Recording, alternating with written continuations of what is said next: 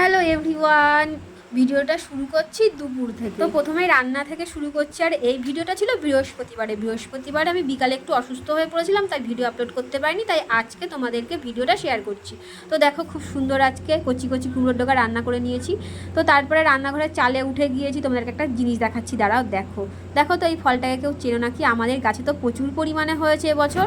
তো এইগুলো পারবো, কিছুটা পারবো, আর কিছু পাখি জন্য রেখে দেবো, আর কিছু পরিপক্ক বা বেশি করে পাকার জন্য বেঁধে রেখে দেবো, নাহলে বাদুড়ে খেয়ে যাচ্ছে। তো এতগুলো পেরেছি, পাড়ার বাচ্চাদের দেবো। আর দেখো আমার মুখের অবস্থা। তারপরে স্নান করে নিলাম, তো গা দিয়ে পুরো অ্যালার্জিতে ভরে গেছে। এখন বিকাল প্রায় 5টা বাজে, এখন দুপুরের ভাত খাবো আমি। ভাবো ওখানে অনেক টাইম লেগে গেছে আমার ওই গাছগুলোর ফলগুলো ঠিকঠাক করতে। তো আমার শাশুড়ি মাছের ঝোল দিয়ে গেছে, আর এই যে তরকারিটা খাচ্ছে। আর কাঁঠালের বীজ কার কার খেতে ভালো লাগে, আর সঙ্গে গন্ধরাজ লেবু চিপে নিচ্ছি।